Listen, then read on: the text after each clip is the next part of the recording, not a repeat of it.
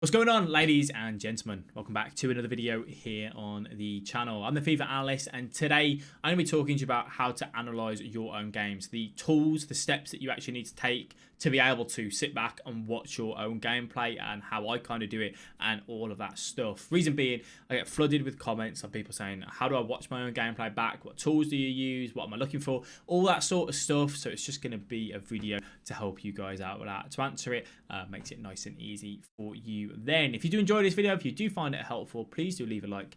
Please do subscribe to the channel if you are new, and let's go ahead and jump into it. So what I want to do first of all is tell you the backstory of me and how I came to analyzing FIFA and looking back on gameplay, so you can get an understanding on that front and how it can help you. Now, I played FIFA as a child, you know, up until about FIFA 13, really, growing up throughout high school, all that sort of stuff. I stopped playing FIFA when we moved over to the what is the old gen consoles now, but the next gen consoles. I couldn't afford one, so I stopped playing it. I stopped doing everything. I didn't play from FIFA 13 up until FIFA 18. I came back on FIFA 18 when my friend told me about FUT CHAMPS. I liked the idea of the competitive weekend league, and that's when I kind of came back. It was 40 games a weekend league. I thought, oh yeah, I'm going to do really good here. You know, I was thinking I'll get 30 wins, 10 losses or something. And I got gold 2, which I can't remember exactly how many it is. I think it was about 25 wins out of 40. I really can't remember, it's been that long, but I wasn't really happy with it, and I just felt like I could have been doing so much better than what I was. So I wanted to get better, and that's where analyzing my games kind of came in. I've done videos on, you know, how I improved at FIFA, which you can watch that if you want, with regards to all the steps that I took, but specifically analyzing games. So I decided I was going to analyze, look back on pretty much every game that I played of FIFA, bar the, you know, the ones where I absolutely thrashed someone or something. I didn't feel like I could learn too much from that, but the tight games, the tight losses, the tight wins, and so on. So I used to get up and practice FIFA early on in the morning before work. I'd record those games, and then I'd watch them back on the train on the journey to work, and I'd analyze them there. And yeah, just my life kind of came around analyzing FIFA. So what did I do? How did I do to actually do that? Now, me personally, I streamed my games, okay? So there's a few ways you can do this. Let's go through the recording ones first of all. You have a built-in capture card on Xbox and on PlayStation, which allows you to capture gameplay via a press of a button. What I'm going to do is link down below to 2 videos, one for Xbox and one for PlayStation, on how you can record your own gameplay. I've never done it myself because I've always had a capture card, but you can do this with just the console, right? Xbox is limited to 10 minutes, so you have to record in 2 halves. PlayStation, you can do 20 minutes, so you can do a full game.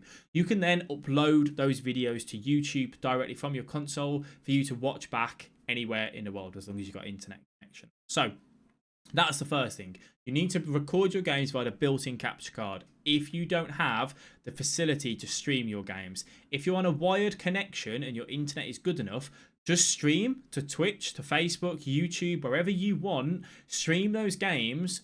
It doesn't matter about the view. You know, you're not there for the viewers. You're streaming just to get the pure gameplay. You don't need a mic. You don't need anything. Just to be able to watch those games back. So now you've got the facilities to record, stream the games, and watch them back. That's what we're after. You can also buy a capture card if you've got a laptop, a PC. Plug the capture card. Yeah, an Elgato HD60S is what I used for a very long time. It's like a you know, little, kind of looks like a hard drive, HDMI in, HDMI out. That records your game, saves it on your PC as a, you know, an MP4 file that you can go back and watch a normal video file, nice and simple, and then you can watch them at your console. And then if you wanted to upload them to YouTube to watch them while you're out and about doing other stuff, you can do. So you've done all that. You've now got the facilities to watch your games. That's the key part. We need to be able to watch them as and where we are. You then need to know, well, I'm analysing my games. What am I doing? What do I look for? You'll see me with my coaching sessions, and what I do, I use a software called Epic Pen. Epic, E-P-I-C, and then Pen. And that is a software where you can draw on your screen, and you can highlight the things that you want to highlight. So you can use that if you want to, or you can just use your mouse. You know, you don't really need to do much. Unless you're making these videos for anyone else, then it doesn't really matter too much. And now you need to watch it back, and you need to watch back through the full 90 minutes. And you are looking for absolutely every detail possible. You're looking for your bad habits, mainly the common mistakes that you're making, and you need to pick up on things. So formation changes from the opponent. You keep making this bad pass in this particular area. You keep getting in on this angle and missing this particular shot in comparison to the other shot angle that you take. And you are going to dissect and analyze that gameplay massively. Now, the problem that you have is that if you're, say, a Gold 3 player, you can break down and say, I missed this one-on-one. Why did I miss it? That's where knowledge comes into it, right? If you're not a high-level player already, you don't know what you should have done in that one-on-one or what you should have done to play out that press, but you can still note down the key bad habits. What you then may need to do is go onto YouTube, one-on-one finishes. I've done videos on it. Neil's done videos on it. Boras, all of the tutorial gameplay guys have done videos on everything in FIFA. Go and watch those videos. Go back to your gameplay. Yes, okay, I didn't do this shot across goal. I went for a finesse. I went for a low driven instead. Whatever it may be, go and research and then bring it back and look at it and put it into your gameplay. The bad habits part is just a simple thing that you can add in to fix your gameplay right away, with passing out from the back, making 180-degree passes that shouldn't work, and they don't all the time. Sometimes they do, believe it or not. And that sort of stuff, and that can help massively. So I did this literally every game. I spent hours and hours and hours analysing my own games, taking myself to that, that next level. Now, you've analysed it, you've realised, okay, I'm making 2 or 3 bad mistakes regularly. Write them down on a notepad, on a sticky note, wherever. Put them in front of you. Before you play your game, you need to be aware that those are the mistakes that you are making, and you need to constantly keep reminding yourself and take them out of your game. It's not oh, I know what I'm doing, that's now gone. You need to keep that on the forefront of your mind, or you'll just keep falling back into your bad habits. It takes a very long time to adapt a new play style, a new change, a new way of playing FIFA when you've played for many years and made the same mistakes over and over and over again. So really do focus on it, write it down, keep an eye on it.